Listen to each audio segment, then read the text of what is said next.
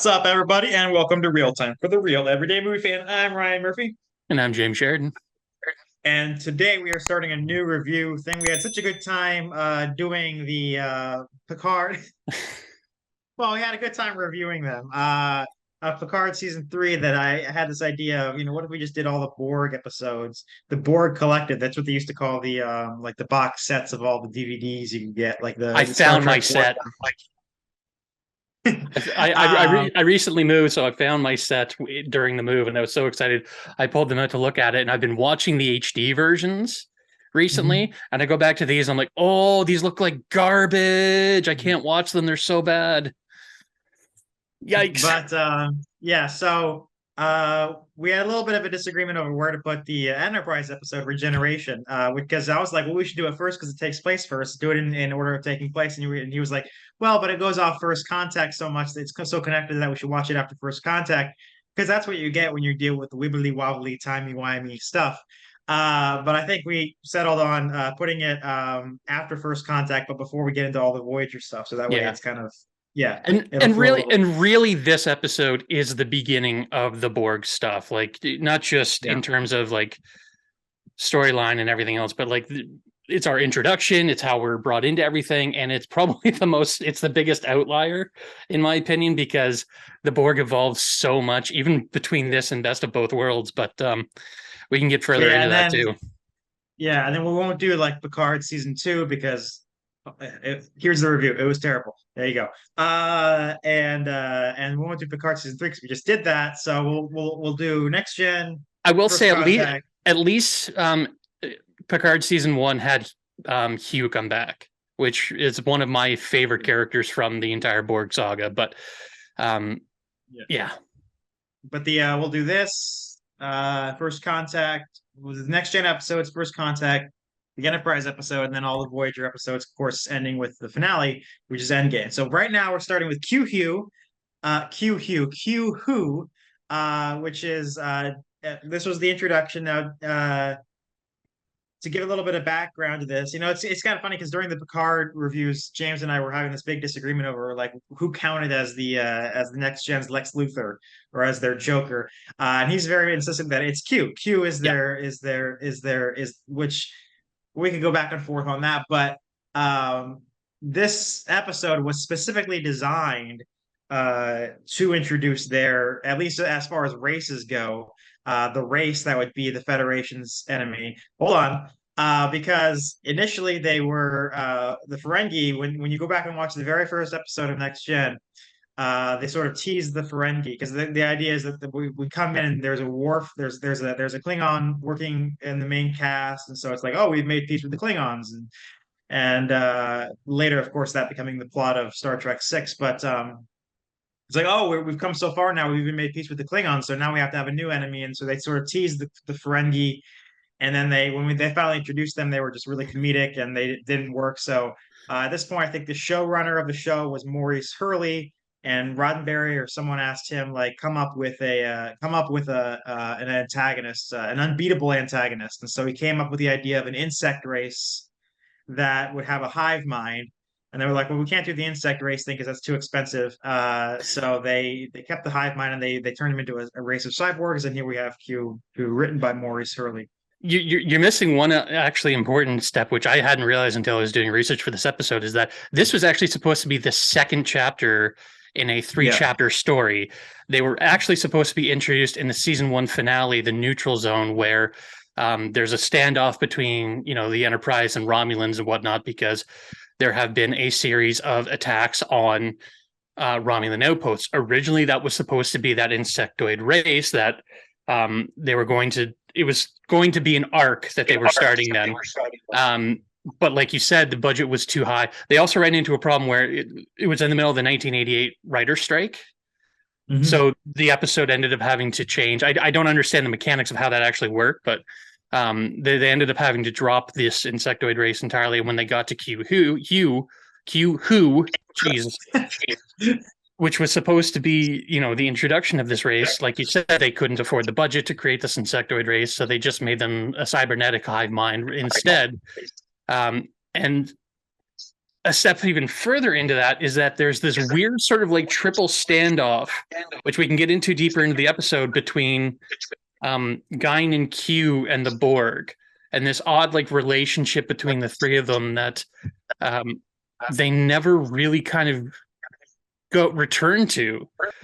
Like part of the conflict of this episode is this like relationship between Guinan and Q, and it's sort of just like this drop plot, and it never comes back. And it's like, that sounds fascinating. Why did they not dive into that? And how did the Borg fit into this? Like I mentioned on Picard, I saw a YouTube video, which I should have looked up before I watched this again, mentioning that like the entire thing was this theory that like the Q are actually frightened of the Borg. The Borg are an entity that are so sort of, I don't want to say powerful, but sort of like unrelenting, which is like the impetus of the creation of the Borg, is that they're supposed to be a species you cannot kind of talk to, basically. Like you cannot what's the word I'm looking for? You can't reason with them. You can't reason with them. They're just an unrelenting force. And like they can't feel pity or remorse or fear, and it absolutely will not stop ever till you are dead. Or to go a different reference, some men aren't looking for anything logical like money. And that's again, that's actually a really good quote to use for this, because I've always said that, especially that version of the Joker, what's his name's version of the Joker, is very much a force of nature kind of character, where it's not really about logic. It's not, like he says, you can't reason with him. He is just, chaos personified. And the Borg, they're not chaos personified, but they're that same kind of like, just it's not a person anymore. It's funny you mentioned that, because like you said, this episode is sort of the infancy of the Borg and how they're being developed. So the end of this episode has a line that sort of flies in the face of all that. We'll get to that. I sort of liken it to when you go back and you read the first Superman comics, and he doesn't have the right S shield and he can't fly, and his parents are Eben and Sarah, and like all this stuff that we sort of come to associate with Superman just hadn't solidified yet. Or like go back and read very early Batman comic books where he carries a gun, or and is fighting in New York City. Yeah, I mean, so that's the way it goes with a lot of these things. A lot of these things evolve. Yeah, there's an evolution to the characters and development of who they are, but like a lot of the like one of the things that always stands out to me when I watch this episode is the Borg have a very famous line. Yeah, which is resistance is futile. Yeah, prepare to be assimilated. They say neither of those in this, and it's like those assimilation. No, and that's the thing, is like they kind of retcon that later in Best of Both Worlds, where there's something about, I can't remember which episode the line actually came up in, but what someone mentions that they're only interested in your technology. They aren't interested in you at all. You are a fly on the wall to them. You do not matter. Whereas for the rest of the entire Borg sort of lifespan in the series, assimilation is their primary sort of focus, is taking the biological and technological distinctiveness of species and incorporating it into their own. And that's not present in this at all. They're simply there to just not only not present. It's not only not present in this, but I don't mean to get ahead of ourselves, but it's also not present in the Best of Both Worlds Part 1. Assimilation is never used as a word until the Best of Both Worlds Part 2. Yeah. Like when they take Picard, we'll get into that when we get to the Best of Both Worlds. It's just fascinating to see the species that we understand so much, and seeing like the early stage of them in this first episode when they're still trying to figure out what they are. They haven't kind of locked in that formula yet, and seeing that formula develop into what we will know it to be, and just the things that are missing here, but the things they also start to develop in other ways. And like I said, the whole Guinan Q thing, which I really wish they had gone further into that relationship. And as much as this, we're framing this episode as a Borg episode, which it is, and it's part of the Borg canon, I argue that this is actually a Q episode, and the Borg are sort of like secondary players in it. It's more about Q trying to prove a point, and Picard having to admit his own humility in the face of, like, because he very arrogantly states he's prepared for whatever's out there. And by the end of the episode, he's basically having forced to beg Q to get them out of this situation because they are not prepared. And the set of events that they set up for all of this, for the rest of the relationship with the Borg, is all because Q is trying to humble Picard. And I think that's sort of a fascinating way to kind of spin this, where it's like, I think even with the title being Q, I think people forget that it is a Q episode a lot of the time. But anyway, so if you were to, let's get into the actual story. Yeah, go ahead. Start us off. We're 20 minutes in, but start us in. Well, we start with one character that they introduced in this episode is Ensign Gomez, who is like fresh out of the academy, brought onto the ship, immediately like humiliates herself in front of her commanding officer by splashing hot chocolate all over him, and like just being a babbling mess the entire time. And this character is actually supposed to be a recurring character, but then she only shows up once again and then becomes sort of a character in the books, and then apparently shows up in one of the two cartoon shows, Lower Decks or Strange, I don't know, one of those shows. But like, why do they keep this is something that bugs me about Trek, is they keep introducing characters who are supposed to be recurring characters and then they just fucking disappear. And it's like, why do you make me care about this character and then she never comes up again? The same thing happens in Best of Both Worlds, where we're introduced to a new character who, I understand she was only supposed to be there for these 2 episodes, but we spend so much time liking this character, and the only other time we ever see her again was in Picard. And it's like it's basically a cameo. Well, it's basically a cameo, and it's like, ooh, this drives me nuts about Star Trek, where they like, I understand having guest appearances, but these aren't guests; these are characters that like they're trying to get us to be endeared by. And like, our introduction to this character is that she's this bumbling mess that completely humiliates herself in front of her captain, and then like just kind of disappears. And it's like, I don't understand the cold open for this show. And of course, Q immediately abducts Picard, takes him out to the edge of space, or out to, I don't even know where, like basically just absconds a shuttlecraft. The crew's trying to figure out where the hell Picard is, and Q and him sort of have this like tete-a-tete about, you know, you're supposed to leave us alone. You promised that we were done. You know, we passed our sort of trial and whatnot. You tried to recruit one of us that didn't work. And you promised that you wouldn't interfere with the ship anymore. What does he do? He immediately fucking interferes with the ship again by sending it out into space, because Picard will not admit that he is not prepared for what's out there, that there are dangers that he hasn't even considered, consequences he hasn't even considered yet. And of course, this being the 2nd season of the show, we're only starting to, we talk about, you know, the Borg just being in its sort of like infant sort of stage at this point, whereas like we're building towards, you know, what the show or what the Borg will be. The show is in that same sort of stage where it's sort of outgrown its 1st season, but still living in the sort of shadow of the original series. And this episode was actually a landmark because it's one of the episodes that kind of like pulled it out of that shadow and started to kind of show that they can on their own stand on their own 2 feet and tell stories that aren't just rehash of the original series, which is hilarious because season 2 was a lot of recycled scripts from the series that never was. Star Trek Phase 2, but even more than that, like the 2nd episode out the can, they didn't counter at Farpoint, and the 2nd episode out the gate was The Naked Time, or The Naked Now, which is a sequel to The Naked Time from the original series, and fans hated it. They were like, "Is this what it's going to be? Is this going to fucking be like sequel?" But this was one of the episodes that put them on the map and said, like, no, this is going to be its own show. It's still Trek, but we're going to be seeing new things, developing new ideas, new concepts.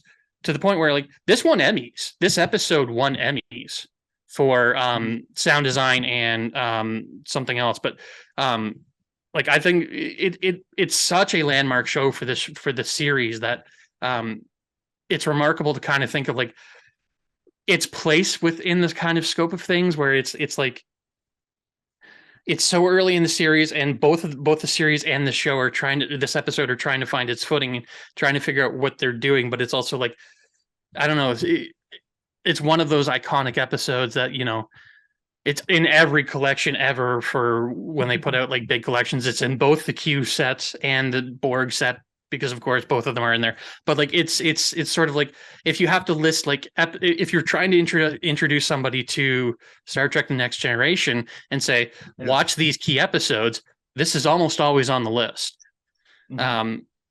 for good reason. Now, of course, back to the sort of my little episode synopsis. They're having this tete-a-tete about how Picard is not prepared. They launch them way out into space, so far away that it's going to take them like 2.5 years at like at max warp to get back to the nearest station, kind of thing. And they immediately encounter this bizarre but really coolly designed cube out in space. And it's such an anomalous kind of because most ships you see are at least kind of designed to be at least have sort of like a species sort of specific archetype kind of thing. Like you see a Klingon bird of prey, it's a Klingon bird of prey, no matter what variation they create. You see a Romulan ship, it's a Romulan ship, no matter what sort of incarnation. And they all sort of have like, I don't want to say aerodynamic, but like there's a concept of design. This is literally a cube. There's no design to it. There's no function outside of just being. Nacelles. That's what drives me crazy. Like it's cool. It's a cool look, but like, how the fuck does it move? There's no nacelles. There's no jets. Yeah, and like the crew is actually baffled by it too, because they're scanning the ship and they're like, there's no bridge. There's no engineering section. We can't discern any specific weapons of any kind. We can't detect any life forms, which I find that weird that they couldn't detect any life forms when it's teaming with, like, I know they're, cyborgs, so like there's technology involved, but like there's still organic beings in this ship. But that's neither really here nor there. And of course, they immediately find that, these Borg are just beyond them. They're an entity that they cannot fight. And then one of them beams onto the Enterprise, immediately starts scanning their ship to try and see, what toys can we take from this toy box.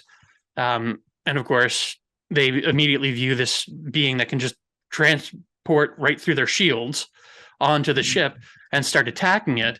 And immediately it's putting up, like they kill the first one and immediately starts putting up shields. So that's our first indication that, there's sort of a not just a hive mind, but a hive sort of defense mechanism with these things where they're immediately adapting to anything they do. And we see even later, like the ship even starts to like rebuild itself while it's flying in like very cool ways. And like, I'm kind of losing the plot here a little bit, but like it's very clearly an advanced species well beyond their capabilities. And again, Picard is immediately humbled. They try to escape. They try to run. Can't do anything. They try and fight back. They can't do anything. They dent the ship. Sorry? Fire everything we got. Yeah. That drives you crazy. And like I can geek out about the Borg for the longest time because I think they're one of the coolest enemies in fiction, because they are that unrelenting force of cannot be reasoned with and are just so advanced and so sinister that it drives me crazy what's happened to them in later series where they've just been so diminished. And I think that's part of the problem with, especially with Voyager into Picard, is that we got so much exposure to them that it kind of just, they lost their luster. Whereas in this, defeat them so many times. Where exactly, and that's the problem. Is like, how do you do that? That's part of the dilemma that they ran into with TNG. Was the writers were running into reasons, like kept running into like, how do we keep defeating them, and how do we defeat them in ways that we don't want to get too far ahead of ourselves? But they don't really show up again. You have Ibor and you have Descent, but neither of those are really against the Borg. They basically just, this is the teaser. They do the best of both worlds, and we never see them again on the series. I mean, again, so like, Iborg and the follow up to that, I don't count as like they are Borg, but I don't count it as like the Borg canon kind of thing, right? Because they're sort of an offshoot of like what happens when this species regains sentience and individuality, kind of thing, which is cool. And I love those episodes. Hugh, again, is one of my favorite characters because Iborg is absolutely one of my favorite episodes. I think it's one of the best written episodes in the series. But in terms of the Borg themselves, we only really get Q Who, Best of Both Worlds, and First Contact, and then everything else is just sort of like another series, another story, and it's like, for the big bads that were supposed to be the big bads of the series, they don't show up very much. Right, because, and we'll get into that when we get into our review of those other episodes, but like they felt like they had written themselves into a corner where they were just, we barely got out of it in Best of Both Worlds. We'll talk about it. But Yeah. so Q-Who. Yeah, I'd love to just review the whole Borg Collective right now. But in Q-Who, here's my issue going into the episode right away. First of all, this is considered by many, you look it up on Memory Alpha and you read about it, and they talk about how this was often considered the first great episode of Star Trek: The Next Generation. I don't really think it's a great episode. I think it's all right. Really? Well, I mean, great's a pretty strong word, you know. Uh, if you're gonna go with that route, I mean, this was after Measure of a Man, you know. Like, are we? So, I mean, I don't agree that it's the first great episode of the series. I do think it is one of the greats of the series. And I do think it's because of its importance both to the Q storyline importance is and one for thing, but yeah, importance is one thing, but to say that it's a great episode, does it have great gravity? Does it have a great arc in and of itself? Is it? I mean, what about it is? I mean, I suppose it's about Picard learning some humility. That's the yeah. storyline within the, you know. But that's, I mean, compared to like Best of Both Worlds or Measure of a Man or, you know, The Inner Light or, you know, stuff like that. I don't know if I'd ever call this a great episode, but at any rate, my main issue going into this episode is the way it's handled with Guinan. It's like, okay, so we know that Guinan is a member of this race called Elorians, right? And that they lost their home years ago. They've sort of been scattered. There's sort of this diaspora of Elorians in the galaxy. And in this episode, they encounter the Borg. It's just basically like, oh yeah, these are the people who destroyed our homeworld. They're really dangerous, and we've never told the Federation about them. And somehow this information has just never been made public, never been divulged. More than that, she Like, doesn't, even when they're encountering the Borg, she should have, like, I know she says she wasn't around for when the Borg were assimilating her people, which I think yeah, Generations kind of negates that a little bit because the indication is that like she's just come from, you know, an assimilated planet as the Nexus was yeah, sweeping through or something. Regardless of that, she also isn't forthright with the information of the Enterprise crew while they're encountering the Borg. Like, this is the time to tell them what to do, Guinan, and you're completely withholding information. And she never shows up again for any other Borg encounter. And it's like, this is the time to tell them, and you're not telling them anything. Why? right. So Why not? that was my main issue. Just the idea of just, oh yeah, they're called the Borg. Remember how my homeworld was destroyed? These are the guys who destroyed it. They're really dangerous. And this is the first time anyone in the Alpha Quadrant is ever hearing about it. So I don't think in this episode or the Best of Both Worlds they even mentioned the term Delta Quadrant, but that's sort of retroactively later said to be the home of the Borg. So Star Trek, if you don't know, if you're watching our review, you've been watching us talk for a half hour about Star Trek and you don't know anything about Star Trek, first of all, thank you. You know, Star Trek is sort of set in the Alpha Quadrant. You know, that's really kind of what's always fascinated me about Star Trek is it still has limits on it. Like, yeah, it's 24th century. There's spaceships and there's zooming and there's warp and there's Klingons, but we're actually only like, you know, only like in this small part of the galaxy. We're still exploring. Whereas Star Wars is like, you know, we're all over the galaxy. The galaxy, we can zip to one end of the galaxy, and there's Kind other of no, sci-fi because there's franchises. also like the unknown regions in Star Wars where it's like they admit that like they're only themselves a small pocket of like a galaxy and whatnot, and there's stuff way beyond there that, you know, Maybe, comes up but again like and again. But if you get into like Green Lantern or either one of the DC or Marvel cosmic universes, they're just, you know, the whole known universe. The whole universe is the playground, you know. Whereas this is like we're in the Alpha Quadrant, and we're sort of. They always talk about the Alpha Quadrant, but it actually, in reality, kind of straddles the Beta Quadrant too. I think the Klingons actually come from the Beta Quadrant, but it's somewhere around that area. But the two that are sort of really a total mystery to them, at least in the beginning, are the Delta and Gamma Quadrant. And of course, the Deep Space Nine deals with the Gamma Quadrant, whereas the Borg come from the Delta Quadrant. Of course, so when Voyager goes to the Delta Quadrant in Voyager, then that becomes the Borg obviously become a big. So they never mention it, but where they're referring to is the Delta Quadrant, and that really wasn't relevant to anything. But thank you for There's um there's uh also there's also a weird sort of retcon where it's like this is the first encounter that the Federation humans, anyone from the Alpha Quadrant is supposed to have with them, but like they continually retcon that where no, the Federation kind of knew something was going on. They didn't know exactly what it was, but they well, didn't tell we know anybody. that And then like the Hansons were out there exploring and they got like kidnapped and their daughter was assimilated, but like she's a human from Earth, and it's like no one knew anything about this, but like they did, but no one told any. Like it's like they keep adding yeah. to. That's part of the problem I have with the Borg is that I love the Borg, but the more they add to this lore, the more it kind of breaks down, and like it's just diminishing returns, and it completely loses the luster. Whereas like to me, this is like it's the same reason I love the first Alien movie, where it's like the less we or Jaws for that matter, the less we see of this sort of like entity, the better, and the more it's sort of like this haunting, horrifying kind of force, especially once you get into Best of Both Worlds and the concept of assimilation, and into like First Contact as well, where it's like Picard at a certain point is just like murking his own people as they're getting assimilated, because that's a far better fate than actually, trying to unassimilate them. Even though they'd successfully unassimilated him, it's Yeah. like he's just shooting everybody in sight who, would be, even remotely assimilated. Like there's a horrifying aspect to this species that I absolutely love. And this episode does it the best, I think, because there's very little of them actually shown. And like Kind of like the Reavers. kind of like the Reavers, and it's just it's more of a conceptual thing where like your imagination creates something far more scary than anything we can actually show on screen.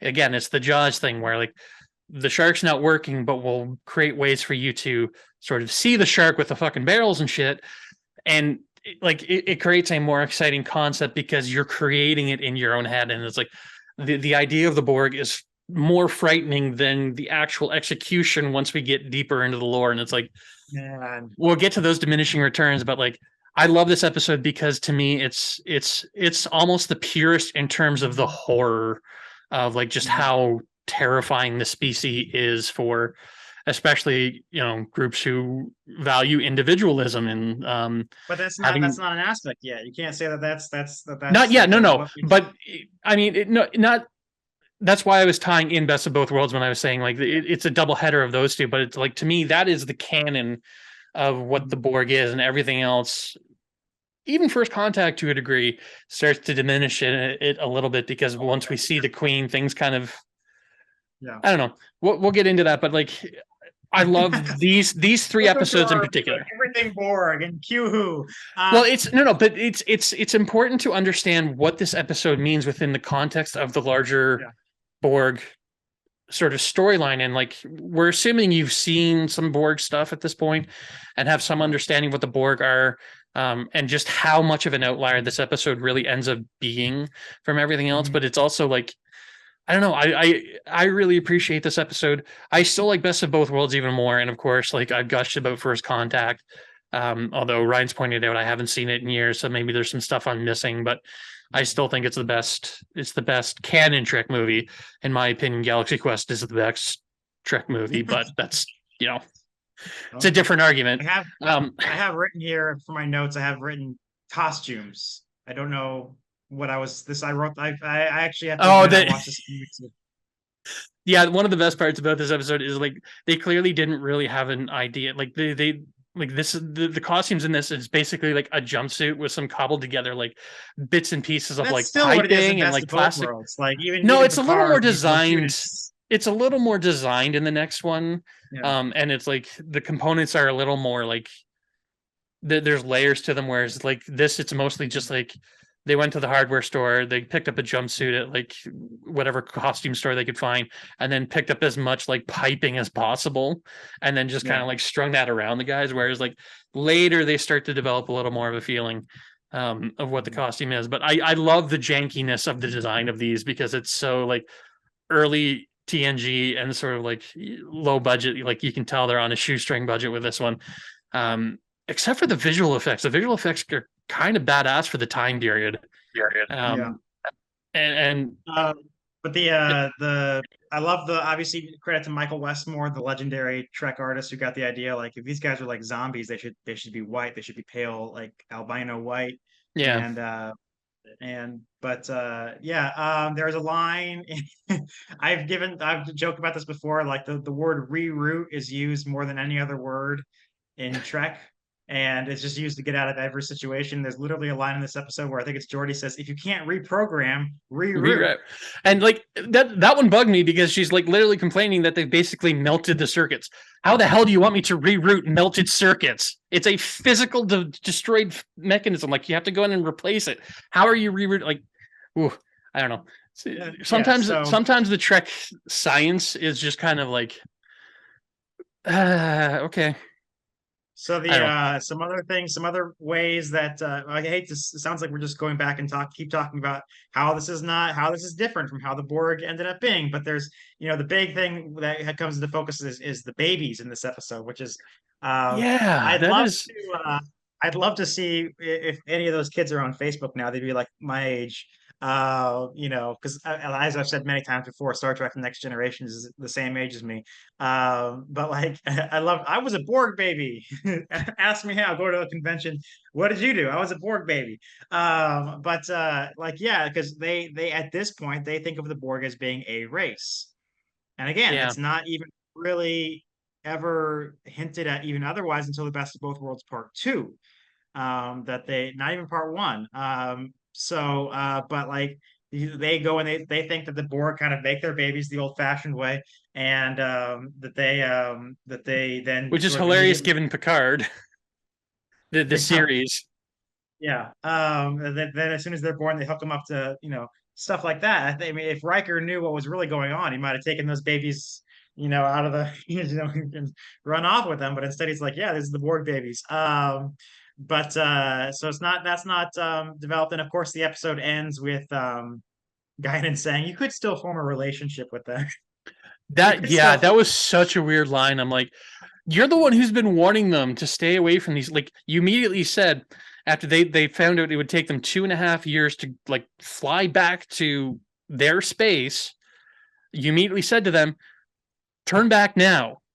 They haven't even encountered the Borg yet. You're telling them to turn back now, but then you're like, maybe we can make peace with them.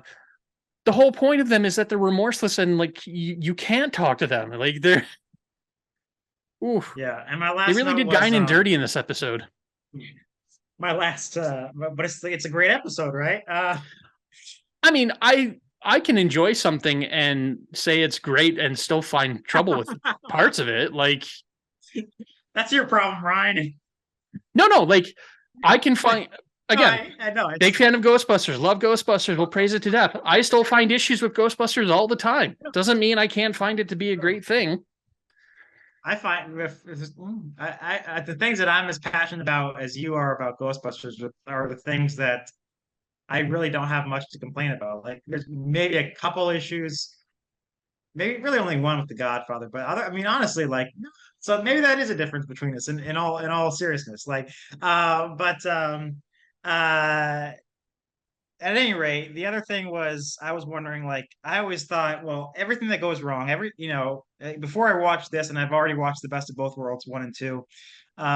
Before I watched these, I was like, you know, just remembering them from years ago, everything that happens, all the Best of Both Worlds, the Battle of Wolf 359, First Contact, everything that happens that goes wrong, all the lives lost, it's all Q's fault. Just fuck Q got him. I mean, they're all like, this. I know, I'm not finished.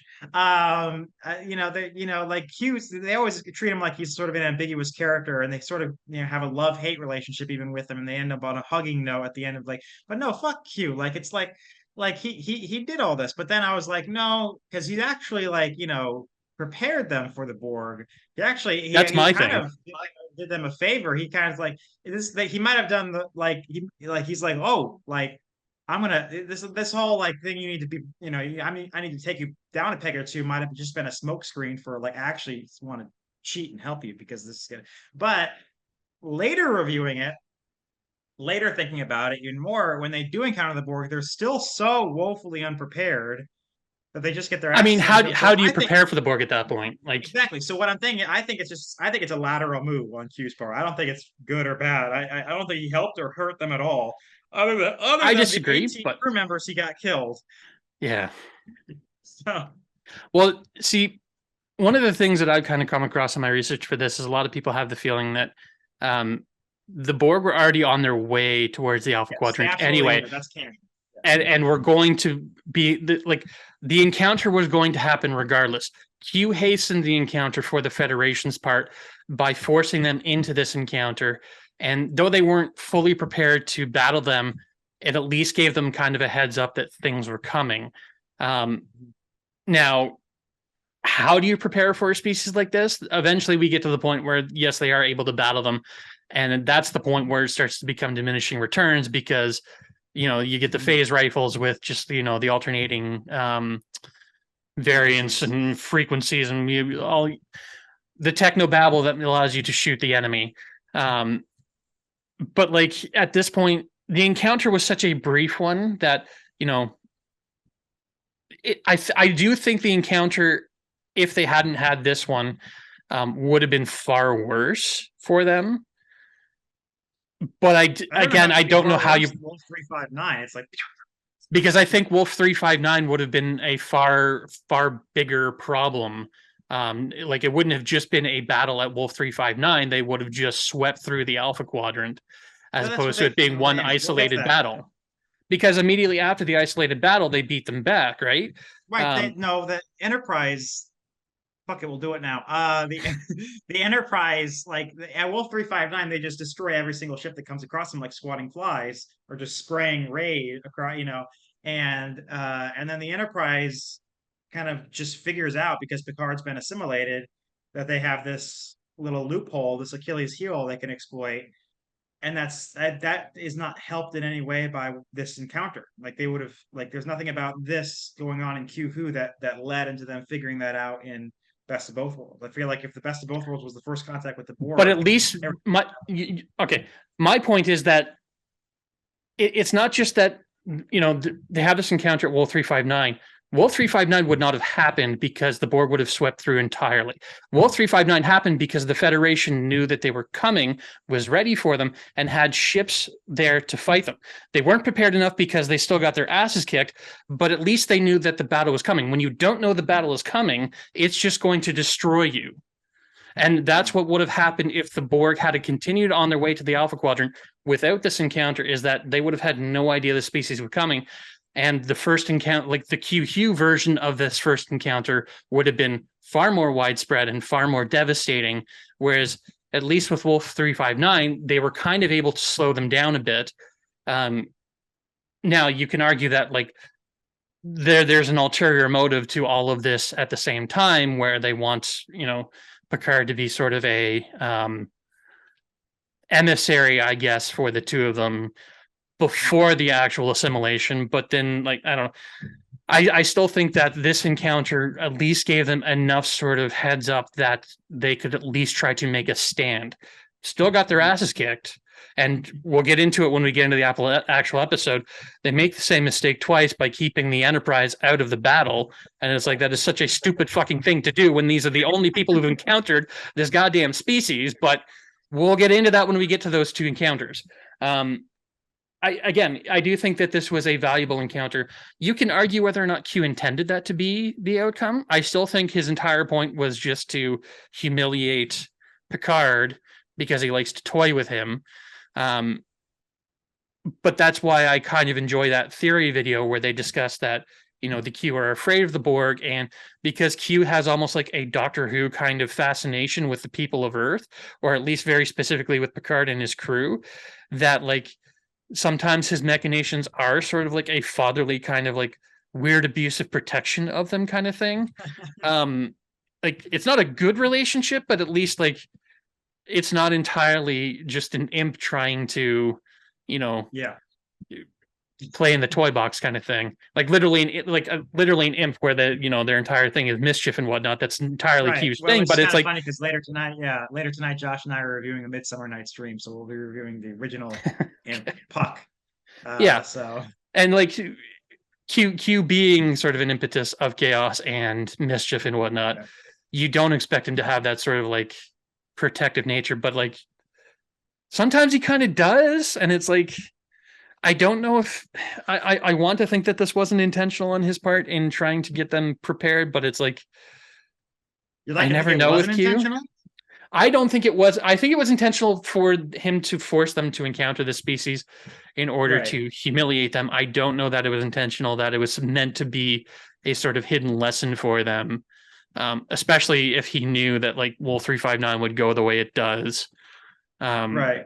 As is Because interesting that you said I don't want to think that it was trying to prepare them for the war, yeah, which is because kind of I like the idea of him just kind of being that agent of chaos as opposed to him being that like weird protective father figure kind of thing. Is Mhm. I never trust his sort of motives kind of thing, and I don't want to get like assigned to him any sort of like oddly altruistic kind of like behavior kind of thing where it's like I'm trying to do good with this. It's like no, you're trying to be an asshole and you're trying to fuck with Picard, and that's your shtick is you fucking with Picard. But maybe I don't know. Like I can't entirely dismiss it, but like either way, I do think it was to the Federation's benefit. That can be argued to death, but um, also interesting in this, no Pulaski. No Pulaski. So if No you watch Pulaski. this, if you're just watching the Borg episodes, like, well, if you just watch Encounter at 4.4, you should start there. Yeah, And then maybe watch Hide and Q so that you understand what they're talking about when they reference their second. This is the the third Riker encounter with thingy. Q. Yeah, Yeah, and then what you can watch this and then the rest of the Borg episodes. Like you don't even have to ever know that Crusher Beverly left the left the ship. Enterprise. Yeah, like you can skip almost entirely season two, just watch this one episode Yeah. and not miss that anything was like you don't even notice that Crusher's not there and Pulaski's not there. You don't even know that there was a yeah, just a Yeah. weird little thing that was noted in Memory Alpha, and I'm like, wow, there really wasn't any. She really wasn't there.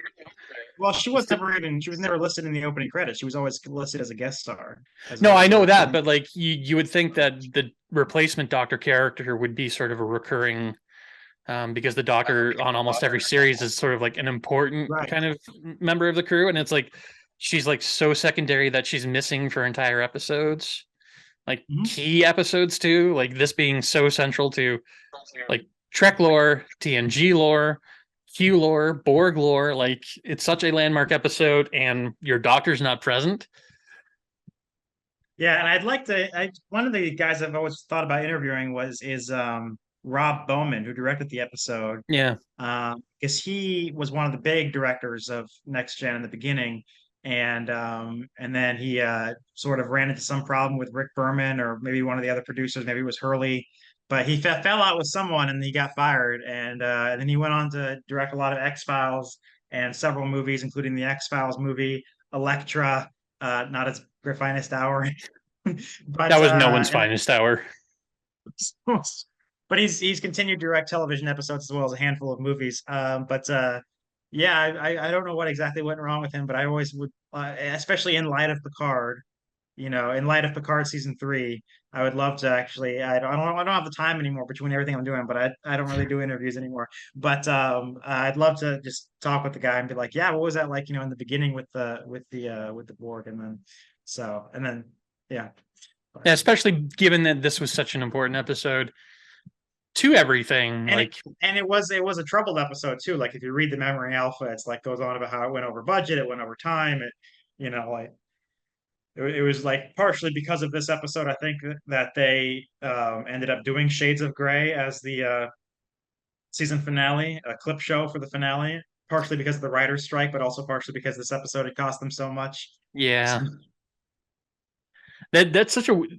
I never noticed that. That's maybe because of like all these like because when I watch Trek, it's usually like as soon as one series finale or season finale ends, I'm immediately on to the next episode. So, with the exception of Best of Both Worlds, I don't usually notice the finales because it Yeah, just kind of goes from one episode to the next, and it's like I'm not waiting that entire summer for the next episodes. no, Whereas, like Best of Both Worlds was famous for its big break. Um, yeah, and of course, now I know about Neutral Zone being such an important well, it was supposed to be such an important episode of this canon, but then ended up not being connected at all, even though they do. It's weird because they do mention it in this episode too. They Yeah, call back to the fact that there was a bunch of like when they see the planet with the like city basically torn right out of it. yeah. Data mentions it's very similar to something that happened along the neutral zone, which makes me think that they were still trying to connect it, but then Oh, they never are still. followed That's up on absolutely that. that. Like I said, that's canon. They were already on their way. They already had things No, like I know that they were on their way, but like that episode was supposed to feature the Borg. It didn't end up featuring the it Borg, but didn't, they but it's still use it still like as like a yeah. precursor to the Borg. But it's like I don't remember them ever actually like connecting those beyond that like line of dialogue. So, I completely take it as being that was the Borg. Like that was the they've been coming for a while, and so but it's weird that but it yeah, like if they're coming along the neutral zone, isn't the neutral zone in the Alpha Quadrant? Which would indicate they were already in the Alpha Quadrant, whereas like this right. episode seems to indicate that they kicked them out of the Alpha Quadrant. It would take them 2 years to fly back to the Alpha Quadrant, I where mean, yeah, they there's other ships that might be smaller ships than just a cube. There might be well, that's another thing that I would people reconnaissance. speculate whether or not this is the same ship that they encounter in Best of Both Best of both Worlds. worlds. Mhm. So yeah, you're right. Maybe there was another ship in the Alpha Quadrant, but like the indication of this episode and everything else is that this is the first ship to come to that sort of I never thought area. about it this So way before, but it's like the Enterprise turns around and shoots away, and the Borg keeps like, follow them. yeah, Flash forward to best of both worlds. We made it. well All that right, was the kids, we're pulling in. other thing when I was reading about this is spoiler for the Enterprise episode is the entire plot line of that is them trying to send a signal to the Borg of the 21st century Mhm. and that it takes them 300 years to come here. I always thought it was just because it was such a long distance, but no, Mhm. it's that the signal took 200 years based on Earth Like a technology radio wave. to reach the Borg basically, and that's why it It's took them radio so wave long going at warp one. basically. And it's like Yeah, that's why it took them so long. I just thought it was the distance traveled, but it's like no, it's the time the signal takes to get there. And I thought, yeah. okay, that makes way more sense. Yeah, that's interesting. I never thought about Yeah, that because yeah, that was one thing I had to ultimately realize about Star Trek. I was like, I never really paid it when they were like, send a subspace relay. I never really thought about the word subspace. And then I was like, you learn in science, and you go to science, and you learn about how radio waves travel at the speed of light, which is warp one, and how that takes, so it's like, oh, like when they're talking to someone on the other side of the Alpha Quadrant, they have to be using something other than radio because it's that yeah. goes very slow in comparison to how fast they're also. So it's subspace is sort of their It's radio space of the Wi-Fi. future. Space Wi-Fi. But Yeah, so yeah, if they sent just a normal radio wave in Enterprise, that would have taken probably longer than hundreds of that. years. It literally like Yeah, took them like hundreds of 200 years. years to Yeah. get to the Delta So Quadrant for them yeah, to that's come interesting. to the Alpha That's Quadrant. And it's interesting. like, I'd love as long as we're talking about. I mean, fuck it, we just do stream of consciousness on here anyway. But as long as we're talking about this being the origins of the Borg, I would love. See, I didn't really realize like we're so stream of consciousness. Being a Star Wars fan, I always, grew up. I mean, more than James. I mean, this is the history of our friendship. Kind of more than James, I've always been a big fan of the EU, the expanded universe. And when we used to post on these Star Wars message boards back in the day, there was always these like arguments, like it's not canon. Fuck you. They don't count. Books don't count. And they it don't. was so stupid, but like I'm not saying that was James doing that, but that was like some people books don't count. That's why I never got into But the Star Wars canon on those boards was because people were just assholes. It wasn't fun to yeah, talk about Star Wars on a Star Wars board. yeah. So but Star Trek never had that. Star Trek was always like everyone's like, yeah, the books don't count. Like they don't. Like it's not a big deal. And I always thought the big difference was simply that Star Wars was 3 to 6 movies at the time, and that's it. And fans were hungry for more. They wanted to learn more about the adventures, yada yada. And whereas Star Trek, it's a big feat just to watch all the fucking shows. So who cares about all the books and everything? But then I recently learned not only is that the case, why the books, but because the books so often contradict what's in the movies, even to the point where like in between Star Trek 3 and 4, they had the crew of the Enterprise have a different fate in the books than what ended up being the case in Star Trek 4, and they knew the movie was fucking coming out in 2 years, and they just Yeah. went ahead and published it anyway. So and not only do they do that, but there's so many different versions of the books that they contradict each other. So if you're thinking like, oh, the Borg are really fascinating, I'd love to know their origins. There's like 3 or 4 different literary versions of the origins. So like I'd love to see. So it's universally regarded. If you, I don't know how the books ever make money, why they keep making them, because if they're taking that little with little seriousness, who the fuck is buying these books and making them revenue? But at any rate, I digress.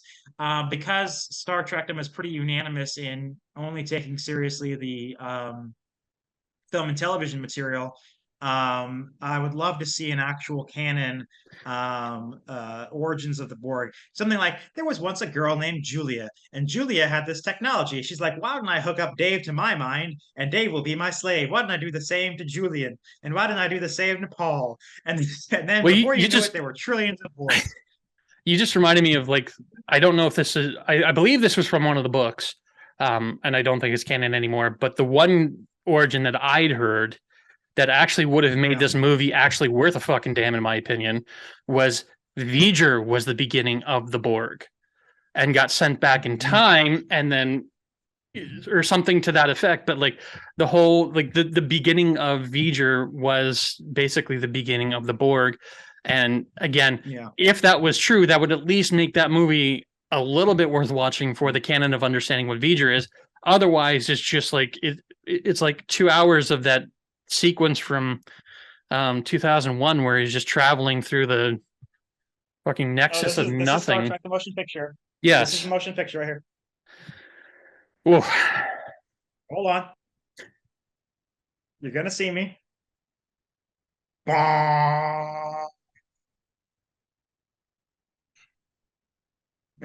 But you're missing the very slow, methodical Jerry Goldsmith score while you're doing that, and doing this like slow pans across the shit, or the just when like I think it's like a 3-minute sequence of like tiny Spock just flying through like colorful space and all that stuff, and it's just like him static on screen while everything's going by him, and it's like, what the fuck is this nonsense?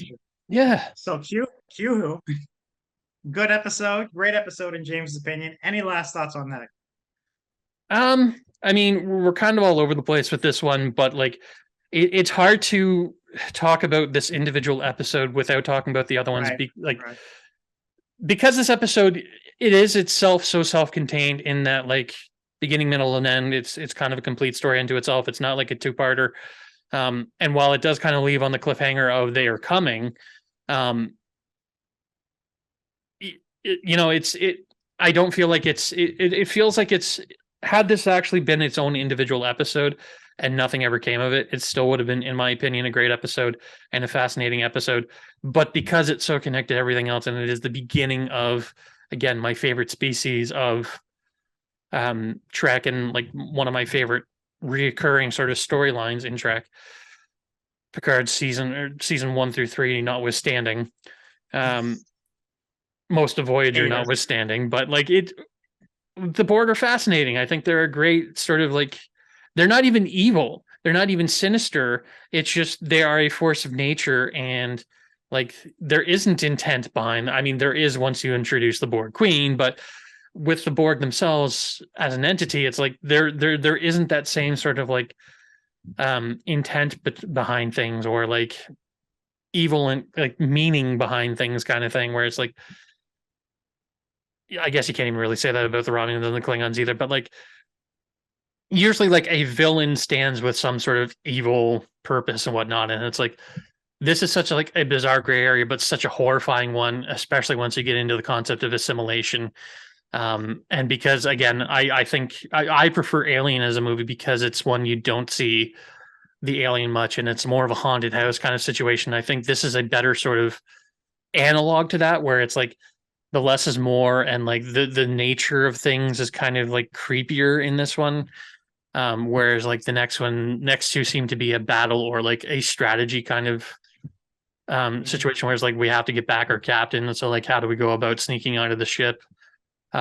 This one is like just, there's something just so not even alien about them, just so like beyond otherworldly about them, because like we're used to aliens, all tendrils out of every orifice of the body kind of thing.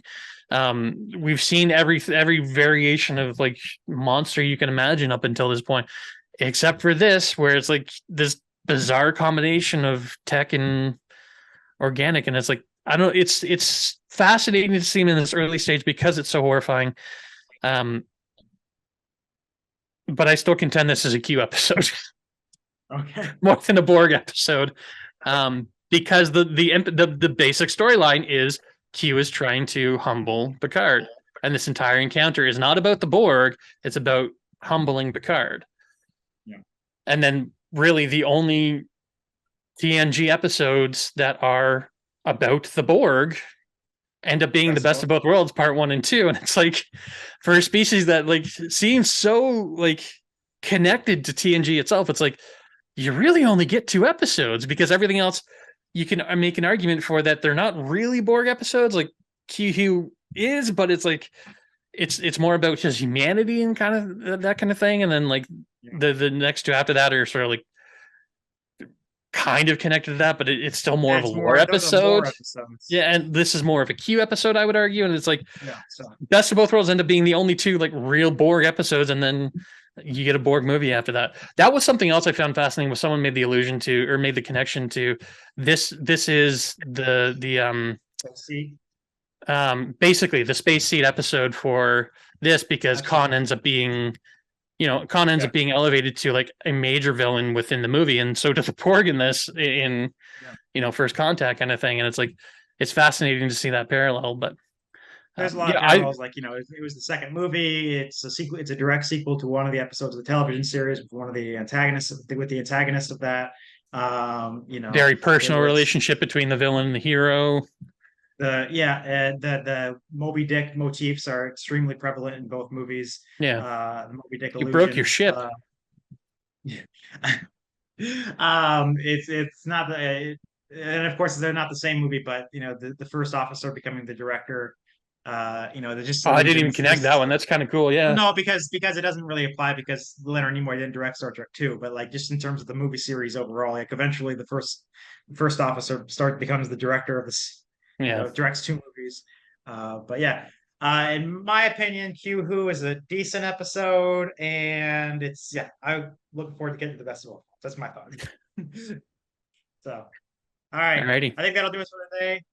Join us hopefully next week. We'll be doing the best of both worlds, and I'm looking forward to the Borg. Hey, if you don't want to join us, resistance is futile. And until next week, I'm Ryan Murphy. And I'm James Sheridan. And thank you for keeping it real. With ReelTime. Resistance is futile.